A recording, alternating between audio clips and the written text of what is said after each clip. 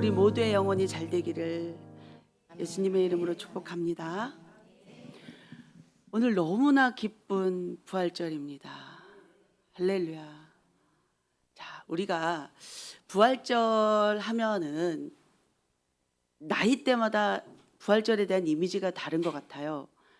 제가 예수에 대해서 알기 전에 그냥 국민학교, 중학교, 고등학교, 지금은 이제 초등학교로 바뀌었지만 그때 부활절에 대한 기억은 왜 그렇게 삶은 달걀들을 들고 다니는지, 그래서 달걀 먹는, 삶은 계란 먹는 날인 줄 알았어요.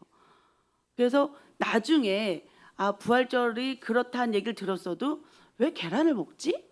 참 그게 이상했었어요. 교회를 다니지 않을 때는. 그래서 나중에 안 믿는 자 입장에서는 믿는 사람들이 부활절이었어 하면서 뭐 거기다가 양 모양도 만들고 또 예수님 얼굴도 그려놓고 왜 먹는 거 이렇게 장난을 치지? 그래서 그걸 주고 먹으려고 까보면 이걸 먹으라는 건지 말라는 건지. 왜냐하면 깠더니 삶은 계란이 다 멍이 들어있어요. 빨간색으로, 파란색으로, 검은색으로 밖에다 그림 그린 게 그 안에 다 스며든 거예요. 이걸 먹어야 돼, 말아야 돼. 되게 고민했던 적이 있었어요. 여러분이 생각하는 부활절은 어떻습니까? 어떤 이미지가 있습니까? 오늘 저는 이 시편 8편 말씀을 본문으로 해서 야훼 나의 주여라는 제목으로 하나님 말씀을 나누기를 원해요. 야훼 나의 주여. 자, 오늘 본문에 시편 8편 1절 말씀에 야훼 우리 주여, 주의 이름이 온 땅에 어찌 그리 아름다운지요, 주의 영광이 하늘을 덮었나이다 라고 다윗은 고백하고 있어요. 주의 이름이 온 땅에 어찌 그리 아름다운지요. 자, 여러분, 우리가 지금 짧게는 우리 요엘이가 이제 초등학교 6학년이니까 이제 12년, 길게는 우리 목사님 80세 조금 넘었다 해갖고 80년, 이 우리가 10년에서 80년을 살아오는 우리가 사이에 있는데, 우리가 살아오는 과정에 정말 내가 생각하면 생각할수록 고맙고 즐겁고 사랑스러운 이름이 있는가 하면, 어떤 이름은 생각만 해도 자다가 이불킥을 해야 될 정도로 짜증이 나는 이름이 있을 수도 있어요. 여러분은 어떠세요? 다 여러분 인생에 뒤돌아보면 여러분을 행복하게만 하고 평안하게만 하고 즐겁게만 한 이름으로 가득한가요? 아니면 그렇지 못한 이름도 또 수두룩한가요? 어떤 좋은 사람은 그 사람이 나를 도와줬던 그 사람이 너무 좋은 사람 있으면 A씨라는 성을 가졌다 합시다. 그러면 내가 살아가면서 앞으로 만날 사람도 내가 관계를 갖지 않았어도 A씨면 다 괜찮을 것 같아. 별로 마음에 거부감이 없이 뭐 A씨에 대한 거부감이 별로 안 들고 교제를 나눌 수 있어요. 근데 때로는 B라는 사람은 내 인생에 없었으면 좋겠다 했던 그 B라는 사람이 있다면 내가 앞으로 만날 인생 가운데 사람들 가운데 B는 왠지 경계를 하게 되는, 혹시 저 B도 그 B와 같지 않을까? 이런 마음으로 사람을 만날 수도 있어요. 그 정도로 그 사람에 대한 이미지는 그 이름에 나타나 있어요. 그 이름이 무슨 죄예요? 그럼에도 불구하고 그 사람이 어떠한가, 그 이름만 생각해도 그 사람의 모든 것이 연상이 되어져요. 그래서 나에게 긍정적인 영향을 줬던 사람은 앞으로 만날 그 같은 성을 가진 사람에게도 영향을 주고, 나를 힘들게 했던 사람은 전혀 나에게 어떤 해를 가한 것도 없는데도 불구하고 혹시 저 인간도 그 인간과 같지 않을까? 나로 하여금 편익견, 어떤 그런 편견을 가질 수도 있도록 그런 영향을 미치기도 해요. 그런데 오늘 다윗은 야훼 우리 주여, 나의 주여도 아니고 우리 주여, 우리 모두가 주라고 부를 우리 모두의 왕 되실 하나님의 이름이 어찌 그리 아름다운지요 라면서 찬양을 시작합니다. 우리가 누군가를 찬양하고 누군가에게 감사하고 할 때 한 번 은혜를 입고 두 번 은혜를 입고 세 번 은혜를 입으면 감사하죠. 근데 내가 감동을 해서 그 사람만 생각만 해도 가슴이 먹먹할 정도로 내가 누군가에게 은혜를 입었다. 그러면 숫자가 한 번일 때 가능할까요? 두 번일 때 가능할까요? 수없이 많이 반복될 때 가능할까요? 수없이 많이 반복될 때일 거예요. 물론 한 번 결정적으로 은혜를 크게 입어도 감동이 될 수 있겠지만 여러분, 한 번은 쉽게 잊어버릴 수 있어요. 그런데 크고 작은 내용을 떠나서 내가 한 번 부탁하고 두 번 부탁하고 세 번 부탁하고 네 번 부탁하고 더 이상 미안해서 그 사람한테 도와달라 말을 할 수 없어. 그럼에도 불구하고 그 사람 말고는 도와달라고 말할 사람이 없는 거예요. 그랬을 때 정말 용기 내서 또 부탁했을 때 또 도움을 받고 또 부탁했는데 또 도움을 받고 설마 이번엔 안 도와주겠지. 그럼에도 나를 도와줄 사람은 저 사람밖에 없는데 말이라도 해볼까? 부탁하면 또 도움을 받고 그럴 때 여러분들이 가만히 그 사람만 생각해도 감사해서 고마워서 미안해서 죄스러워서 가슴이 먹먹하면서 눈물이 나지 않을까요? 다윗은 우리 하나님을 그렇게 바라보고 있어요.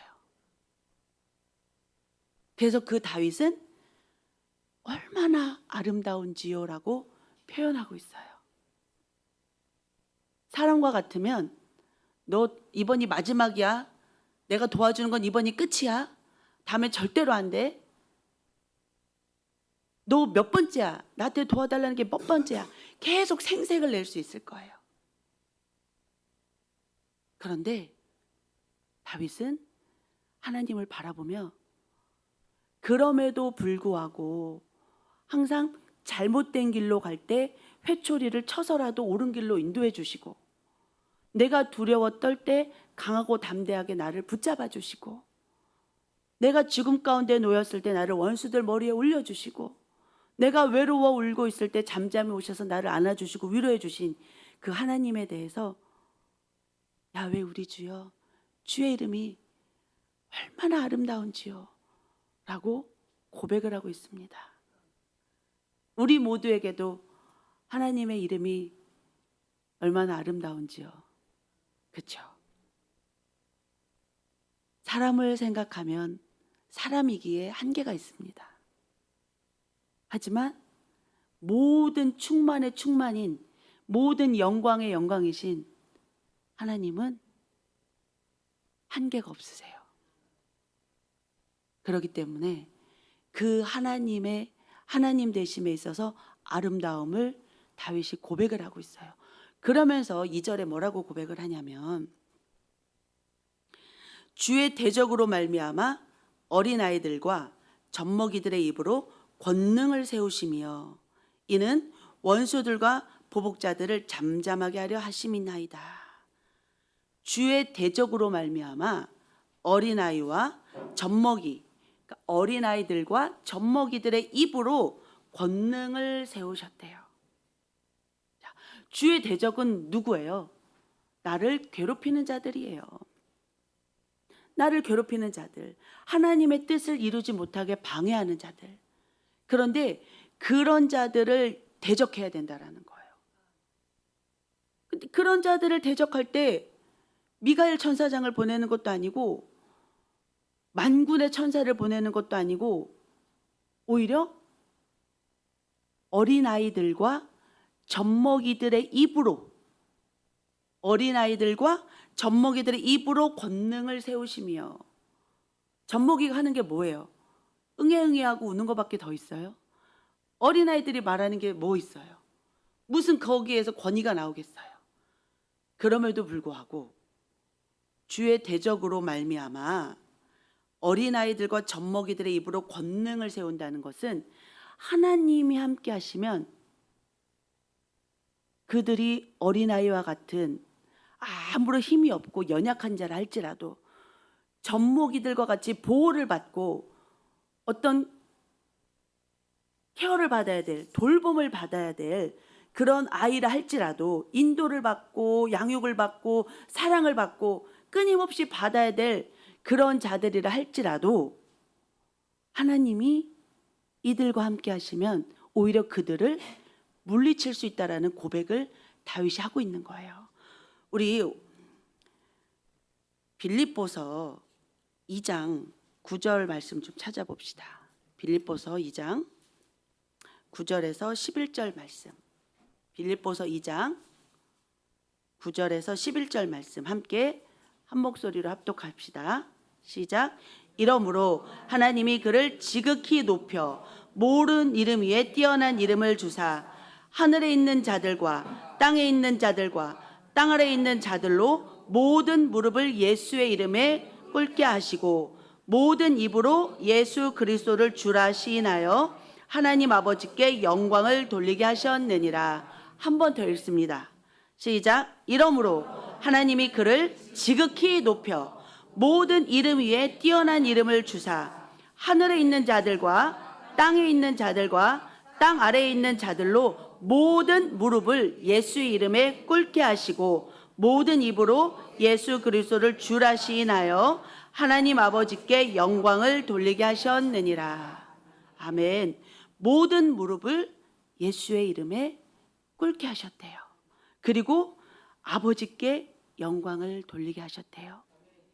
자, 하나님의 이름, 우리 주의 이름이 영광을 받으시고 또 그 우리 주의 이름이 얼마나 아름다우시냐면 모든 무릎을 예수 이름 앞에 꿇게 하실 정도로 그 이름이 아름답다는 거예요. 그렇게 예수 이름에 능력이 있다라는 거예요. 그래서 어른들만 해당되는 것이 아니라 어린아이들도 젖먹이들도 그 입으로 말미암아 예수를 부를 때 구원을 얻음이 있는 거예요. 능력자라 할지라도 예수 이름이 없다면 그거는 사람의 한계에 부딪힐 수밖에 없어요. 아무리 모든 세상의 권위를 가지고 재물을 가지고 있다 할지라도 예수 이름이 없다면 그 또한 그것의 한계에 부딪힐 수밖에 없어요. 하지만 내가 가진 게 없고 내가 연약하다 할지라도 내게 예수 이름이 있다면 그 예수의 이름의 능력 앞에 모든 무릎을 꿇게 될 줄 믿습니다.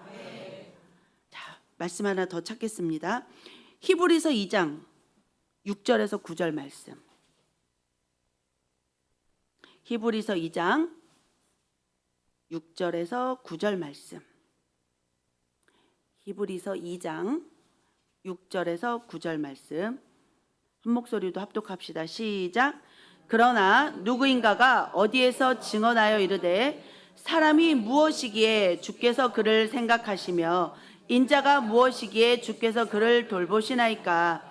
그를 잠시 동안 천사보다 못하게 하시며 영광과 존귀로 관을 씌우시며 만물을 그 발 아래에 복종하게 하셨느니라 하였으니 만물로 그에게 복종하게 하셨은즉 복종하지 않은 것이 하나도 없어야겠으나 지금 우리가 만물이 아직 그에게 복종하고 있는 것을 보지 못하고 오직 우리가 천사들보다 잠시 동안 못하게 하심을 입은 자 곧 죽음의 고난 받으심으로 말미암아 영광과 존귀로 관을 쓰신 예수를 보니 이를 행하심은 하나님의 은혜로 말미암아 모든 사람을 위하여 죽음을 맛보려 하심이라.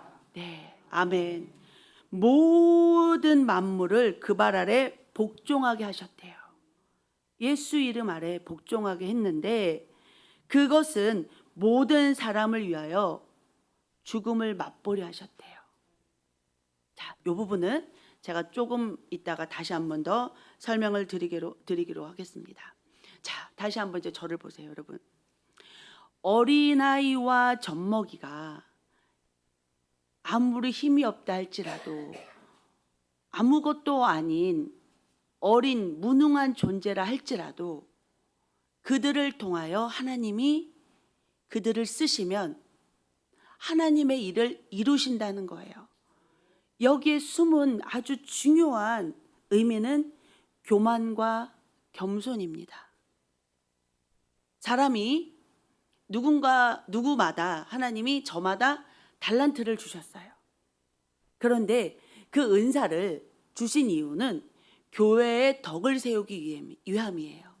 공동체의 덕을 세우고 하나님 나라의 영광을 올려드리기 위함이지 자기 자랑과 자기 유익을 위해서 주신 게 아니에요. 그런데 그 달란트를 가지고 어느 날 자기도 모르게 목에 힘이 들어가고 어깨에 힘이 들어가고 자기에게 주어진 권한이 너무나 당연하게 느껴지면 루시퍼가 되는 거예요. 루시퍼가 되는 거예요. 하나님이 나에게 이걸 왜 맡기셨는지에 대한 그 거룩한 부담감이 사라지고 의당 이것이 내가 해야 될 거, 이건 나의 권세, 이건 나의 범위, 이건 나에게 맡겨진 내 나아바리, 내 영역, 이거는 그곳에 자기가 주인이 된 거예요. 하나님의 자리를 자기가 찬탈한 게 돼버리는 거예요. 그러기에 하나님은 이러한 부분을 용납하지 않으세요. 그것이 극단적인 예로 다윗과 골리앗의 싸움이에요. 누가 봐도 골리앗은 모든 걸 가진 장수였어요. 체격적으로나 힘으로나 능력으로나 모든 것을 가진 자였어요. 그런데 그 모든 것을 가진 능력과 권세와 모든 것이 있다 할지라도 하나님의 영광을 가로챈다면, 하나님을 대적하는 자리에 서 있다면 그것은 어린아이들과 젖먹이들의 입에서 나오는 소리보다도 못한 것이 되어버리는 거예요. 어떻게? 다윗이 뭐를 합니까? 그럼에도 불구하고 그 어린아이의 물맷돌을 하나님이 쓰시잖아요. 왜? 하나님의 이름을 위해서, 하나님의 영광을 위해서, 하나님의 얼굴과 하나님의 나라를 위해서입니다. 다윗을 위해서가 아니에요. 그렇다면 우리 모두도 어린아이들과 젖먹이들과 같이 우리가 가진 게 뭐가 있겠습니까?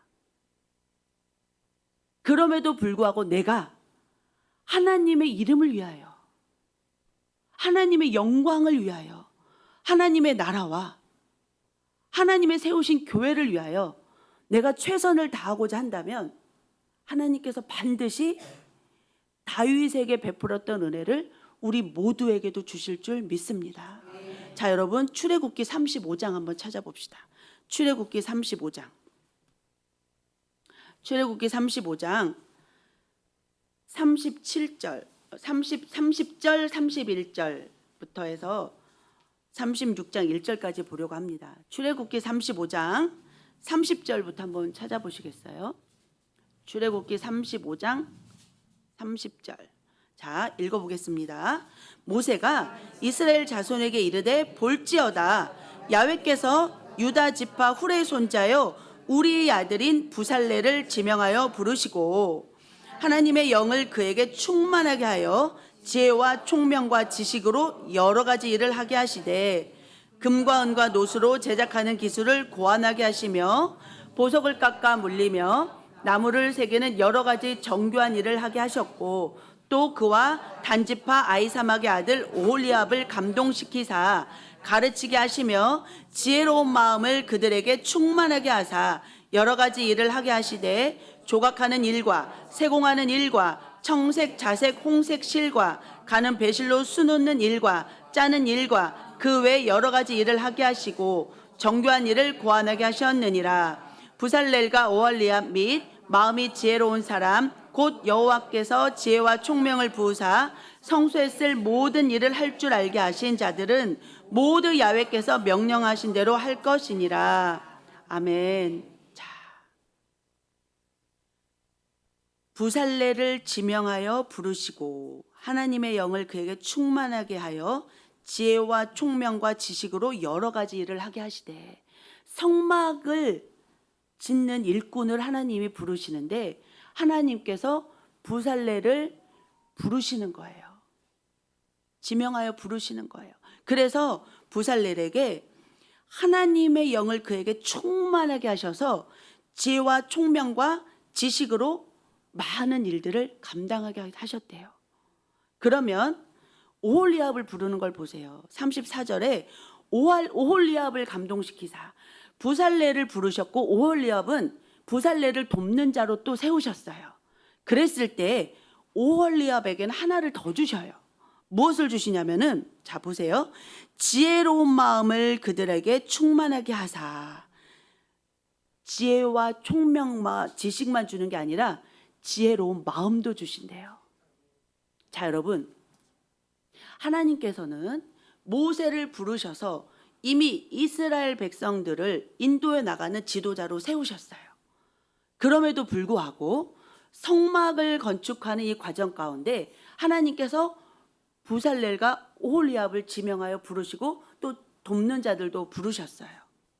그랬을 때 이 일들을 감당할 수 있도록, 성막을 조상 대대로 지어왔던 것도 아니고 출애굽해서 성막을 짓는 이 시기에 본 적도 없는 성막을 부살렐과 오홀리압이 져야 되는데 어떻게 하게 하시느냐?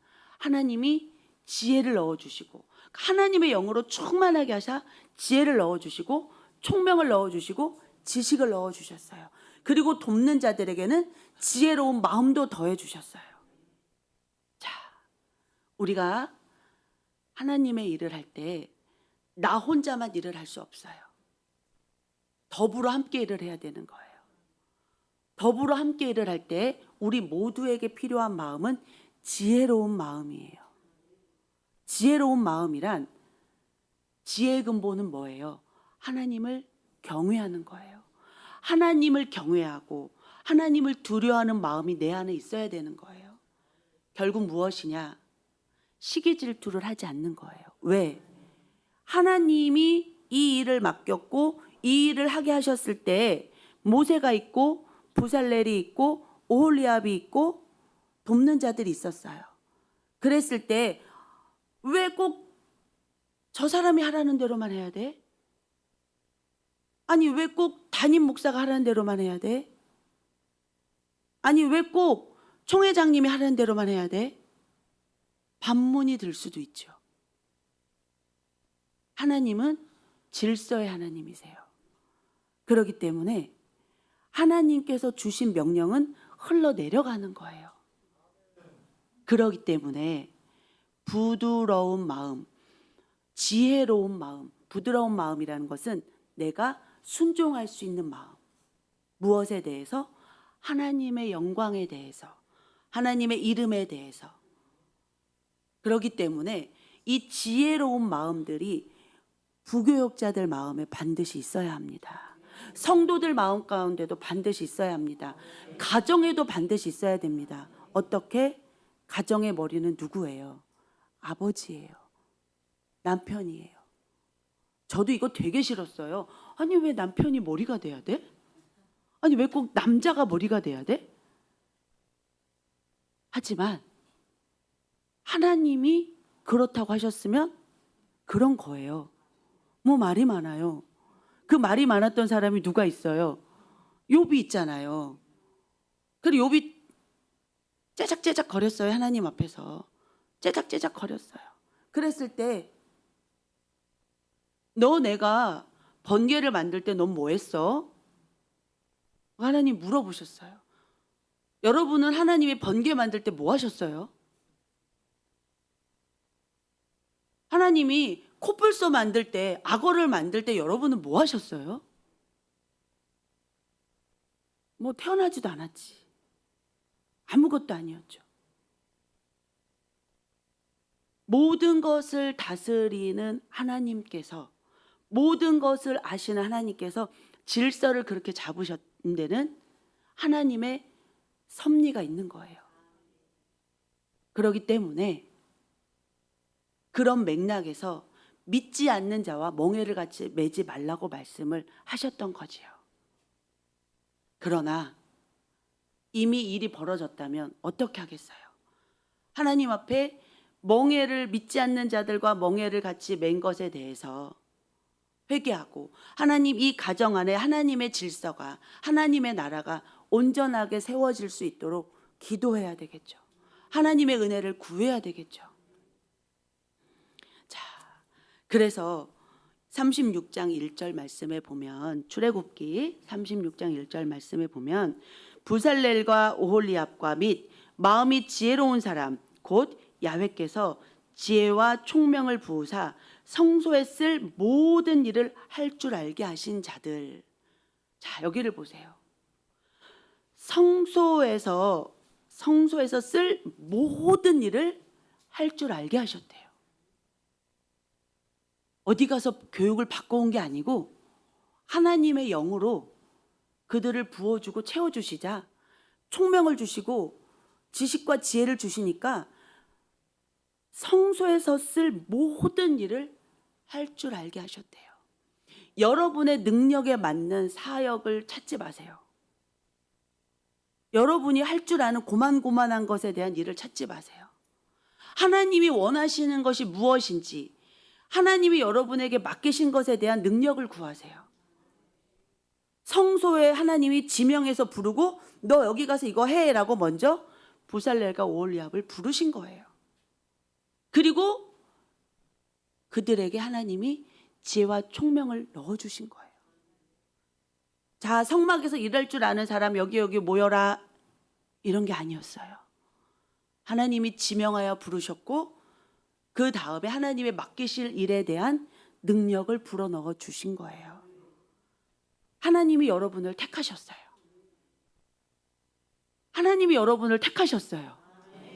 그렇죠? 그러면 하나님이 쓰실 곳이 있기 때문에 여러분을 부르신 거예요. 그랬을 때 여러분 그 자리가 어디이든지 간에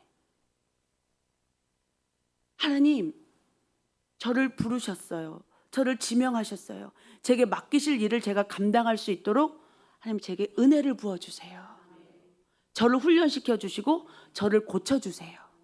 그리고 제게 하나님의 지혜를, 하나님의 총명을, 하나님의 지식을, 무엇보다도 하나님을 경외하는 지혜로운 마음을 제게 넣어주세요.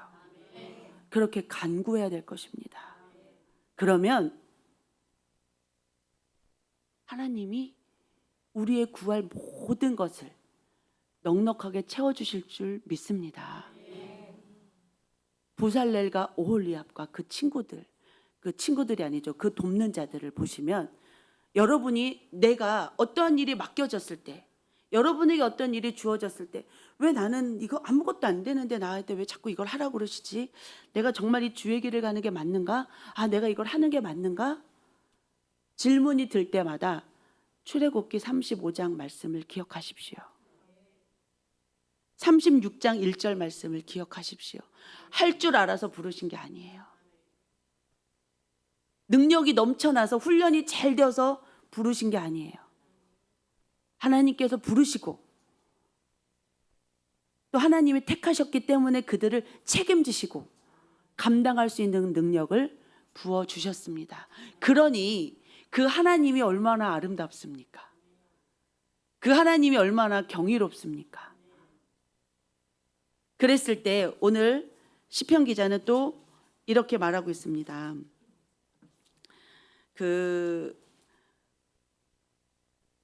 주님의 이름이 아름다운데 더 아름다운 건 어린아이들과 젖먹이들조차도 주님의 이름을 의지했을 때, 하나님을 의지했을 때 하나님의 영광을 보기 때문입니다 라고 하면서 3절에 보면 주의 손가락으로 만드신 주의 하늘과 주께서 베풀어 두신 달과 별들을 내가 보오니, 천지 만물을 창조하신 하나님을 보니.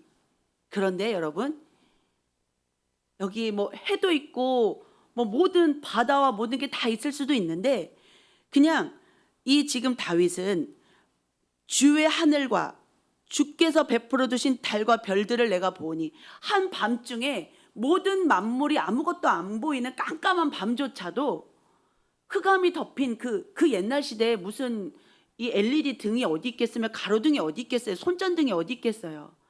밤에 아무것도 안 보여요. 아무것도 안 보여요.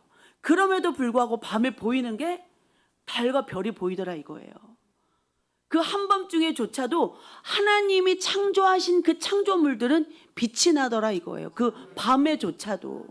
그래서 그 달과 별의 그 빛이 하나님이 지으신 창조물들을 또 비춰서 보게 하더라. 여러분 진짜 아무것도 없으면 얼마나 무서워요. 그런데 어떤 한밤인데도 왜 이렇게 환하지? 하고 밖을 내다보면 달이 밝은 날이 있어요. 그러니 집에 불을 꺼놓고 가로등이 없다 할지라도 달빛만으로도 밝은 날이 있어요. 별빛만으로도 밝은 날이 있어요. 그런데 그 옛날에 공해가 없던, 오염이 적었던 그 옛날에 얼마나 달과 별이 빛났겠어요. 그러니 그 깜깜한 한밤중에조차도 별들이 쏟아질 것 같은 그것을 볼 때, 참 저거 누가 만들었을까? 정말 대단하구나. 그래, 저걸 만드신 하나님이 바로 내 하나님이지. 바로 내 하나님이지. 나를 지으신 하나님이시지. 그렇게 말씀을 고백을 하고 있는 거예요, 다윗이. 그러면서 여기 정말 중요한 말이 나옵니다. 4절에 사람이 무엇이기에 주께서 그를 생각하시며 인자가 무엇이기에 주께서 그를 돌보시나이까. 하나님, 사람이 뭐라고 정말 하나님께서 그를 생각하십니까? 잊지 않고 기억하십니까? 또 인자가 무엇이라고 그를 돌보십니까? 보살피고 이끌어 주시고 보호해 주십니까? 우리 하나님 앞에 다 섰을 때, 자, 좀 다른 얘기를 해보죠. 어떤 은사자가 있어요. 은사자가 있는데 지식의 말씀의 은사가 있어요. 지식의 말씀의 은사는 그냥 알아지는 거야. 그냥 알아지는. 그래서 아람 군대가 무엇을 어떻게 할지를 그냥 아는 거야. 아, 저 블레셋이 어떻게 할지 그냥 알아지는 거예요. 그래서 그걸 사람들은 투시의 은사 뭐 이렇게 말 만들죠. 그게 지식의 말씀의 은사인 거예요. 그냥 알아지는 거. 그럼 우리 안에 누군가가 이 앞에 지식의 말씀의 은사를 받은 사람이 있다 합시다. 그럼 여러분, 그 사람 앞에 우리가 다 같이 서 있으면 속으로 예수의 피 주여 나를 예수의 피로 덮어주세요 기도할 사람 많을걸? 왜? 안 보이게 해달라고. 하나님, 내가 가지고 있는 불순한 마음이 있어요. 하나님, 내가 가지고 있는 어떤 나쁜 마음이 있어요. 하나님, 내가 어떤 지은 연약한 죄가 있어요. 하나님, 내가 하고 있는 어떤 뭐라 그럴까? 그러니까 뭐 하나님 보시기 약한 어떤 육체의 정욕이 있어요. 그랬을 때 지식의 말씀의 은사를 받은 분이 앞에 딱 서 있다. 그 여러분이 그 사람이 지식의 말씀 은사를 받았다는 걸 알아요. 그렇다면 여러분은 예배에 집중을 못할 것 같아. 주여 예수의 피로 나를 덮어주시고 저 사람이 나를 아무것도 못 보게 하시고 주여 내가 잘못했어요. 하나님 회개하면 없어진다고 그랬지. 하나님 잘못했어요. 계속 그것만 하고 있을지도 몰라요. 아닐까? 아닐까요? 자, 그런데 그럼에도 불구하고 하나님은, 우리가 사람은 그렇게 의식을 한단 말이죠. 눈에 보이는 사람은 의식을 해요. 그런데 모든 것을 아시고 모든 것을 감찰하시는 뿐만 아니라 앞으로 되어질 일도 다 알고 계시는 이가 누구예요? 하나님이에요. 그 하나님이 누구와 함께 계셔요? 나와 함께 계셔요. 내 안에 나와 함께 계시는데 그 하나님을 두려워하지 않으면 되겠어요? 그 하나님을 두려워하지 않으면 되겠어요? 여러분, 그 하나님을 두려워해야 됩니다. 내 안에 나와 함께하는 그 성령님을 의식해야 합니다. 그래서 다윗이 사람이 무엇이기에 주께서 그를 생각하시며 인자가 무엇이기에 주께서 그를 돌보시나이까. 죄인밖에 안 되는데, 이것밖에 안 되는데 왜 그냥 버려도 그만이고, 왜 들여다보면 뭐만 있어? 죄가 많아, 정욕도 많아, 욕심도 많아, 미련함도 많아, 잘못했다 해놓고 돌아서서 또 죄짓고, 다시는 안 그러겠다고 싹싹 빌어놓고 또 죄짓고, 눈치 보면서 슬금슬금 가서 또 죄짓고, 아닌 척하다가 시간 되니까 또 등 따시고 배부르니까 또 죄짓고. 자, 웃긴 얘기 할까요? 조는 사람이 있어서. 자, 대놓고 콧구멍을 후비는 사람이 있어요. 대놓고 콧구멍을 후벼서 딱 이렇게 휴지에 바른 사람이 있는가 하면 가리고 콧구멍을 후비는 사람이 있어요. 달라요? 대놓고 후벼서 휴지 바르나 가리고 코 파나 똑같은 거 아니에요? 똑같지. 그건 무엇과 같으냐? 타조가 모래 속에 머리 처박은 거랑 똑같은 거예요. 지 눈에만 안 보이면 다른 게 사라졌나요? 아니, 지 콧구멍만 지가 가렸다고 딴 사람이, 자 여러분, 제가 이렇게 파는 거 이렇게 파는 거 여러분 다 보이지 않아요? 그게 그거지. 우리 모습이 하나님 앞에 그렇다는 거예요. 내가 아닌 것처럼 슬금슬금 아닌 것처럼 있지만 하나님은 그 마음에 근원을 다 보고 계셔요. 무엇을 위함의 행동인지, 하나님을 위한 행동인지, 지 욕심을 차리기 위한 행동인지 하나님은 다 아신단 말이에요. 그러니까 다윗이 사람이 무엇이기에, 뭐 죄인인데, 하나님 나는 죄인인데 왜 나를 버리지 않고 잊지 않고 기억하십니까? 그런 고백을 하는 거예요. 하나님, 내가 뭐라고, 그냥 버려도 되는데, 그래도 할 말 없는데, 하나님 잊어버려도 나 할 말 없는데, 근데 사람이 무엇이라고 나뿐만 아니라 모두를 그렇게 다 기억을 하십니까? 생각을 하십니까? 왜 고민을 하십니까? 저 인간을 어떻게 고쳤을까? 어떻게 고칠고, 왜 기억을 하시고, 왜 고민을 하시고, 왜 생각을 하십니까? 그러면서 인자가 무엇이기에 주께서 그를 돌보시나이까? 그렇게 망하거나 그렇게 죽거나 병들어 죽거나 사기당해 죽거나 버림받아 죽거나 밟혀 죽거나 또 그렇게 나쁜 짓 하다가 맞아 죽거나 뭐 많은, 아니면 진짜 더 나쁜 짓에서 욕 먹어서 배 터져 죽거나 많은 일들이 있을 수 있는데 왜 그를 돌보시나이까? 하나님은 선한 자만 돌보시는 게 아니에요. 악한 자까지도 돌아보셔서 그들이 돌이켜서 하나님께로 돌아오기를 기다리고 그들을 위해서 기도하고 계시는 거예요. 그래서 다윗이 사울을 죽일 수 있었음에도 불구하고 하나님의 영역이기에, 하나님의 주권이기에 하나님 앞에 통곡할 망정 건드리지 않았던 거예요. 사람이 무엇이기에, 인자가 무엇이기에 하나님 아직도 생각하시고 아직도 돌보시나이까? 뭔데? 아직도 죄인인데. 그거는 마치 무엇과 같으냐? 우리가 아직 죄인 되었을 때 예수 그리스도를 내어줌으로 말미암아 하나님의 사랑을 확증하셨느니라. 죄인 되었을 때, 우리가 아직 죄인 되었을 때 예수 그리스도를 먼저 내어주셨다는 거죠. 자, 그래서 이 말씀을 보면은 어떻게, 그러면 하나님께서 어떻게 사람을 생각하고 어떻게 돌보셨느냐. 히브리서, 우리 다시 2장으로 돌아갑시다. 히브리서 2장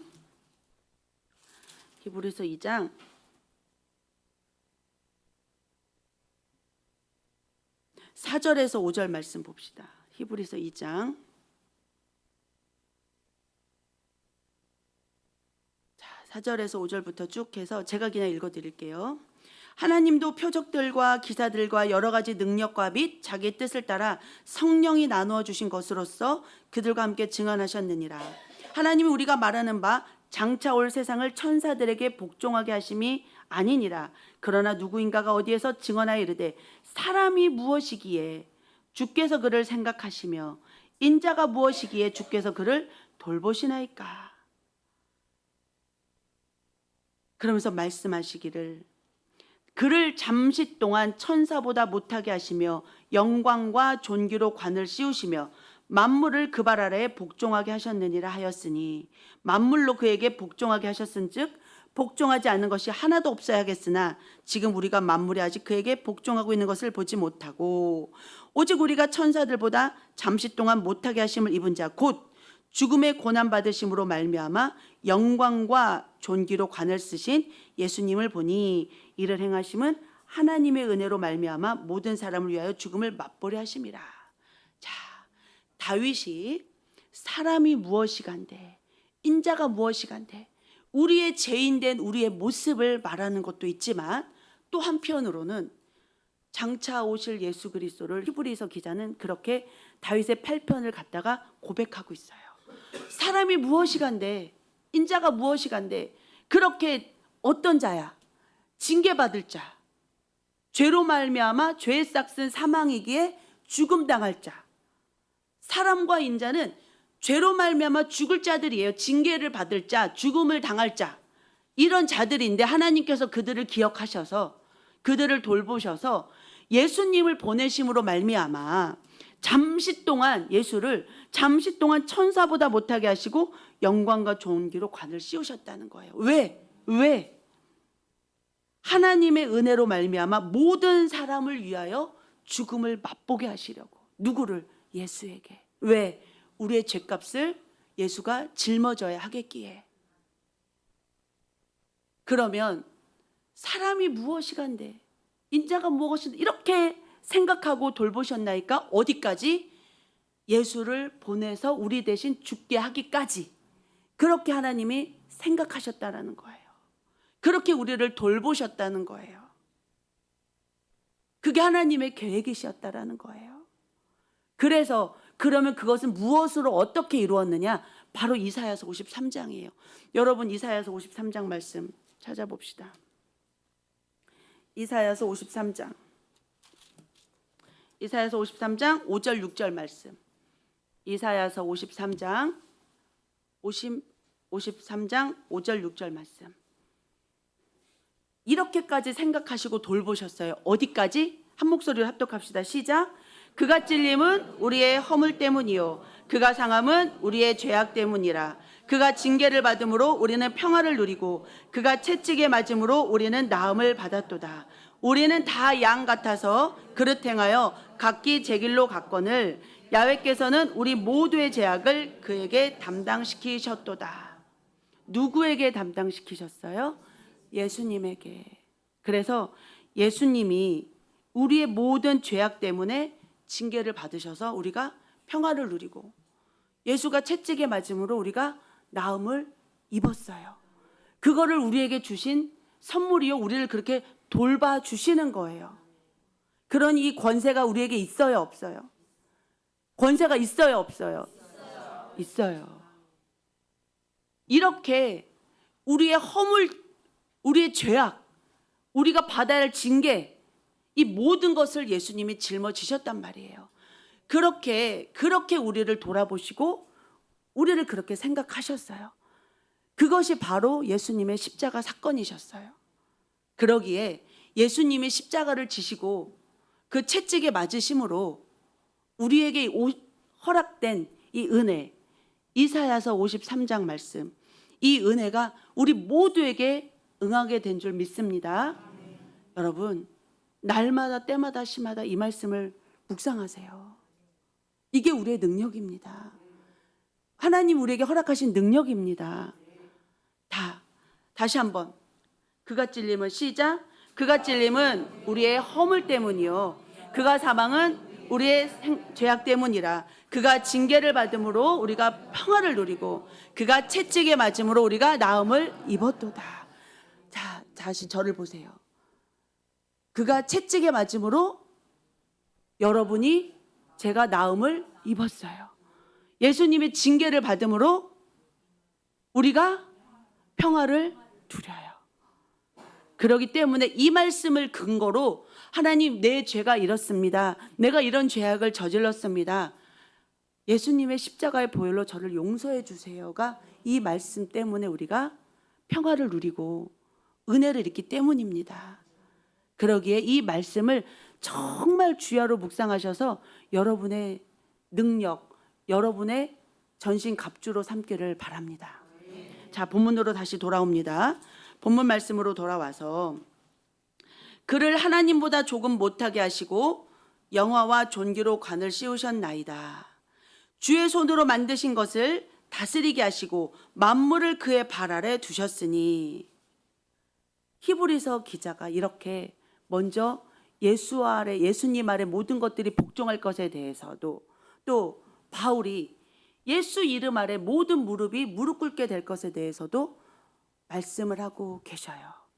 그러면서 7절에 곧 모든 소와 양과 들짐승이며 공중의 새와 바다의 물고기와 바닷길에 다니는 것이니이다. 이것들이 다 예수의 발 아래 있다라는 거예요.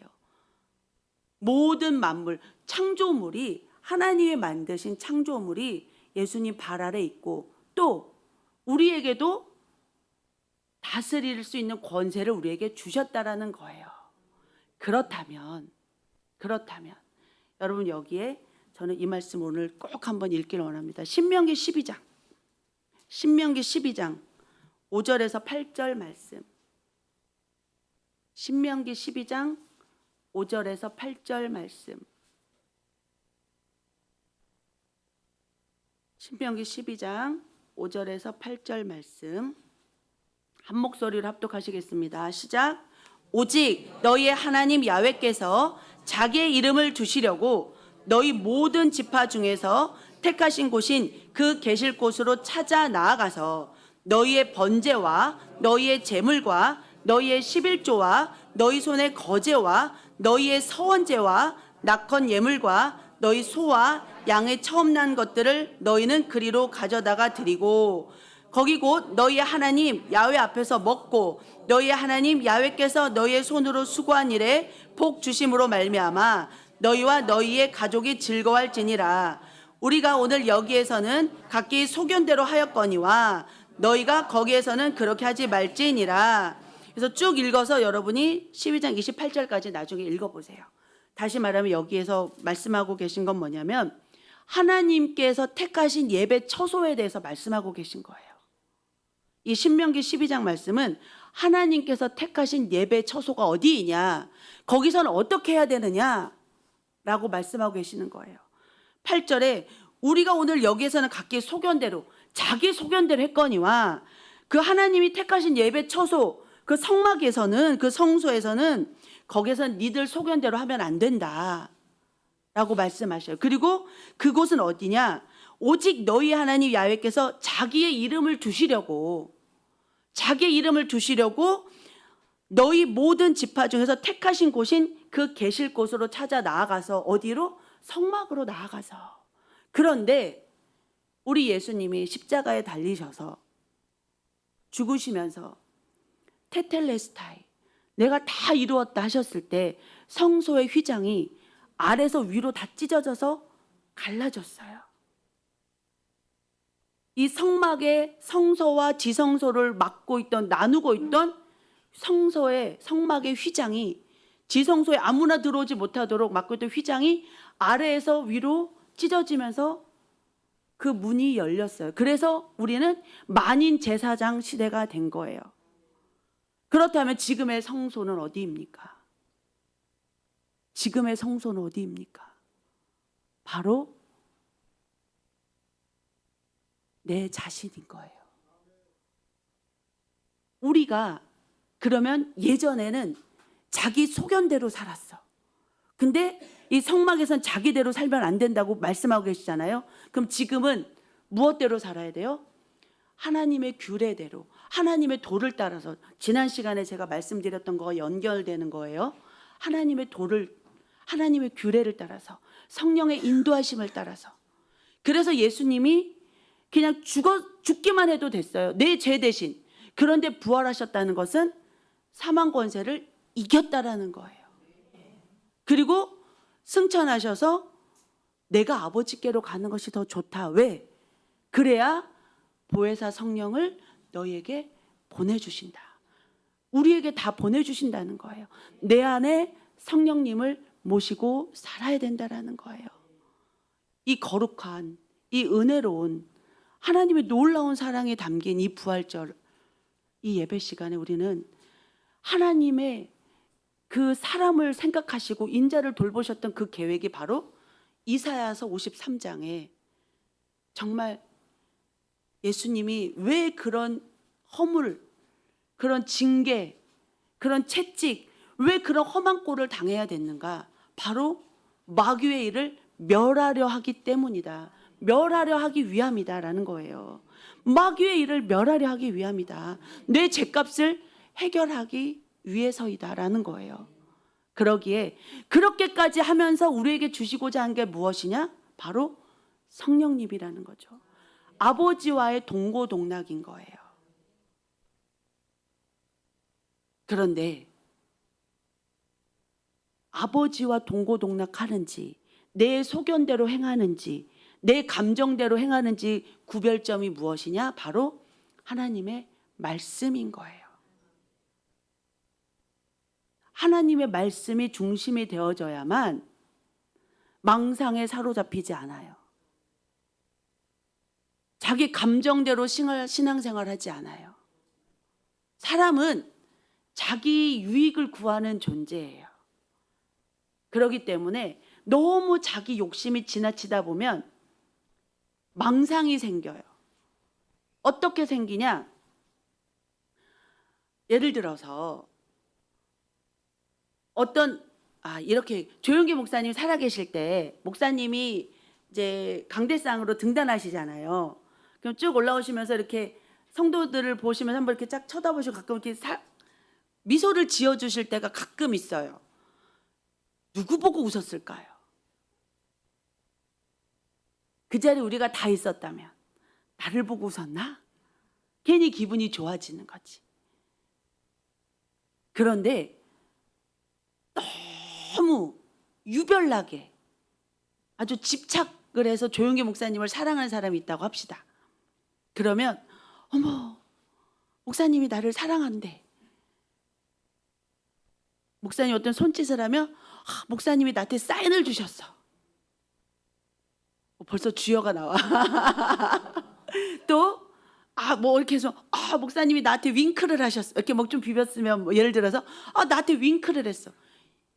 여러분 이게 망상이에요. 망상.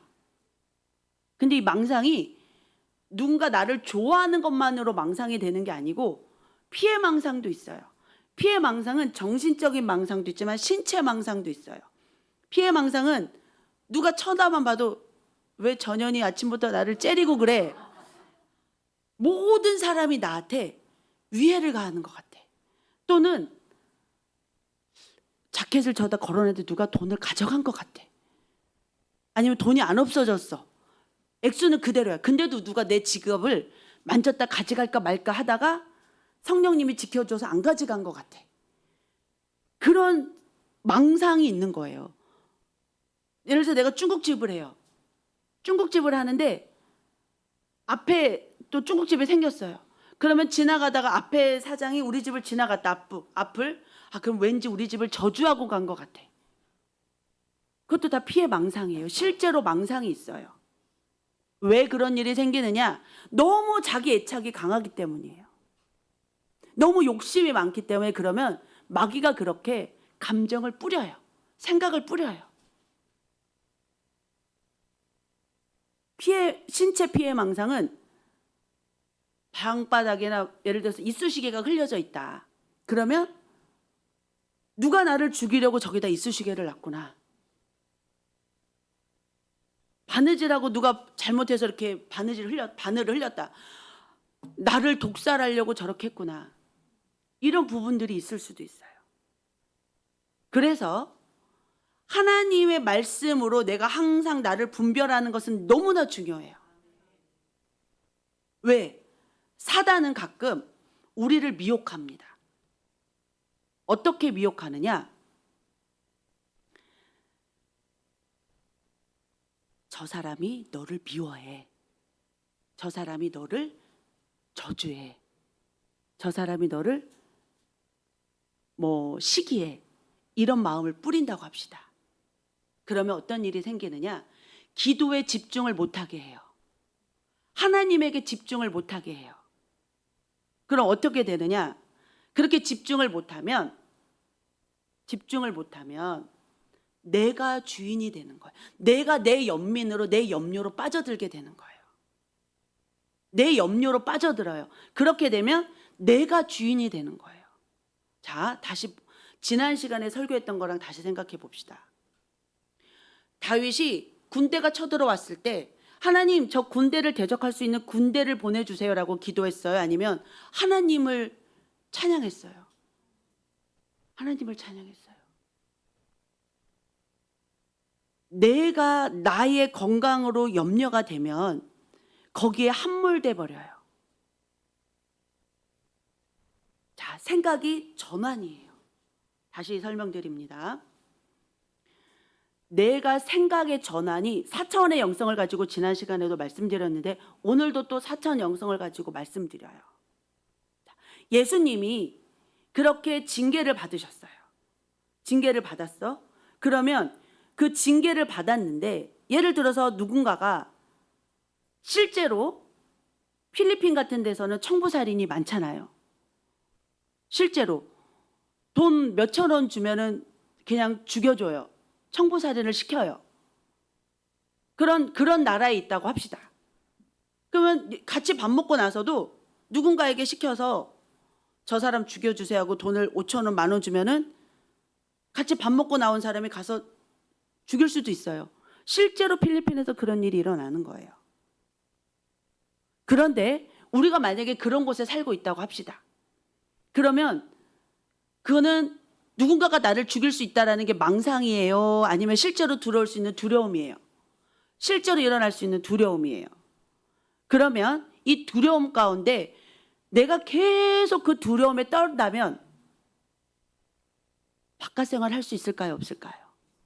없어요. 그러면 대인 기피증이 오기도 하고 공황장애가 올 수도 있는 거예요. 많은 여러 가지 일들이 일어날 수 있어요. 왜? 중심을 어디에다만 두기 때문에 나와 나를 해야 하는 자, 사람에만 두기 때문에 그래요. 그런데 그런 일이 일어날 수 있는 환경임에도 불구하고 그러면 어디다 이것을 주권을 두느냐? 하나님께 두는 거예요. 하나님께. 그러면 그 사람이 나를 죽이려 하다가도 하나님이 나에게 피할 길을 주시는 거예요. 그리고 어떤 안 좋은 일이 일어났다 할지라도 감당할 수 있는 은혜를 주시는 거예요. 그렇게 하실 수 있는 이가 나예요? 하나님이에요? 하나님이에요. 그렇기 때문에 우리가 누구를 믿어야 되느냐? 하나님을 믿어야 되는 거예요. 그러면 우리가 꿈, 믿음 봤을 때 그런 꿈이 뭐가 되어야 되느냐? 하나님의 말씀이라는 거예요. 늘 하나님의 말씀이 내 삶에 이게 표대가 되어져야 된다라는 거예요. 오늘 부활절이기 때문에 우리는 특별히 아까 이사야 53장을 말씀드렸는데 그 하나님의 말씀, 그 말씀이 우리 삶에 일어날 수 있는 꿈이 되어져야 되는 거예요. 그게 표대가 되어져야 되는 거예요. 예수님의 채찍에 맞음으로 우리가 나음을 입었다. 그렇기 때문에 그렇게 나음을 입었기 때문에 그렇게 나아야 돼요? 낫다가 말아야 돼요? 나아야 되는 거예요.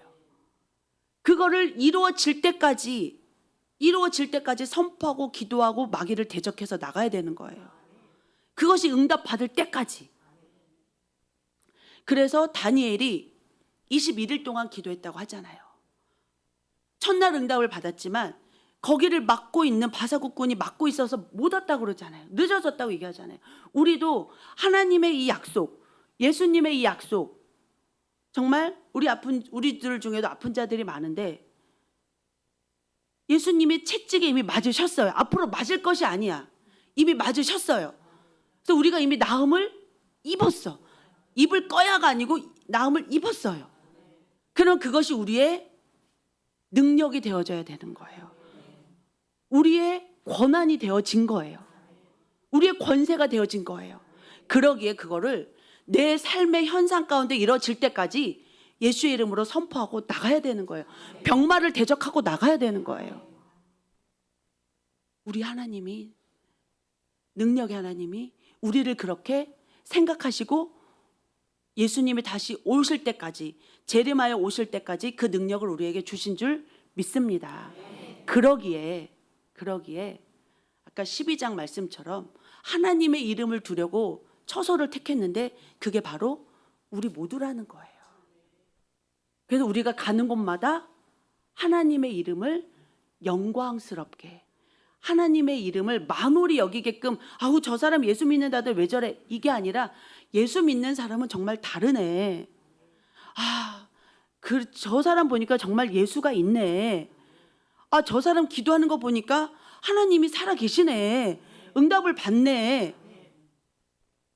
하나님의 이름이 우리 안에 가득해서 정말 예비하시는 하나님, 치료하시는 하나님, 승리하시는 하나님, 목자 되신 하나님, 정말 평화의 하나님, 모든 그 하나님의 이름이 우리를 통해서 자랑되어지기를 축복합니다. 그래서 여러분, 현상에 급급하지 마세요. 현상에 어떠한 일들이 일어나든지 간에 그건 마귀의 장난일 뿐이에요. 누가 나를 괴롭힐 수도 있고 마귀가 나를 미혹할 수도 있어요. 근데 중요한 건 예수님이 십자가에 달리신 것은 마귀의 일을 멸하려 하기 위함이에요. 이 땅에 예수님이 오신 것은 마귀의 일을 멸하기 위함이에요. 그래서 어떻게 대적해 나가요? 예수 이름의 권세로, 그리고 예수 보혈의 능력으로. 그래서 우리는 그렇게 대적하고 나아가면서 하나님의 이름을 영화롭게 해야 됩니다. 우리 모두는 하나님이 택하신 자들이에요. 주의 종만 하나님이 택하신 게 아니고 하나님을 믿는 모든 자들, 하나님이 지으신 창조하신 모든 자들을 주님께서 부르고 계시기에 우리가 전도를 해야 되는 거예요. 그래서 지금은 이렇게 있지만 종국에는 어떤 날을 기다려요? 정말 천국에서 하나님과 함께 행복하게 살 날을 기다려야 되는데 그날이 많은 사람들은 멀지 않았다라고 얘기를 해요. 우리는 알 수 없어요. 하지만 중요한 건 뭐냐? 확실한 건 뭐냐? 예수님이 오실 날은 우리는 알 수는 없지만 우리의 생명은, 우리의 연한은 정해져 있어요. 그렇죠? 그것이 오늘일지 내일일지 1년 뒤일지 아니면 뭐 10년 뒤일지 아니면은 그것이 100년 뒤일지 아무도 몰라요. 나이가 젊다고 해서 늦게 가는 것도 아니요, 나이가 많다고 해서 빨리 가는 것도 아니에요.